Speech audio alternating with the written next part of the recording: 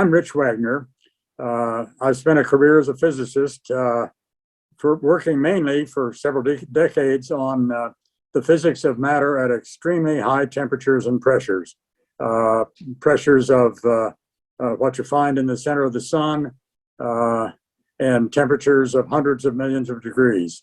You only find conditions like that in stars or in nuclear weapons, or over the last 50 years or so, very infrequently, but occasionally, in experiments that are done in laboratories in order to try to develop fusion power, the same energy that powers the sun, fusion power for civilization to use.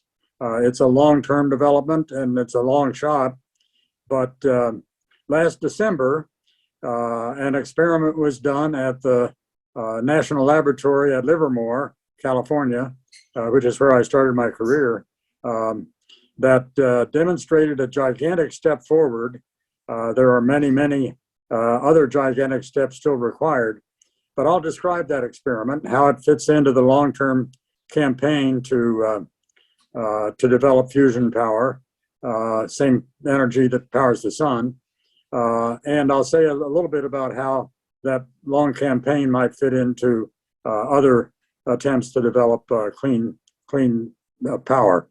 The experiment at Livermore last December used the light from the world's most powerful laser to implode a tiny pellet, half the size of a BB, made of diamond and excruciatingly spherical, hollow, filled with solid hydrogen at about 450 degrees below zero.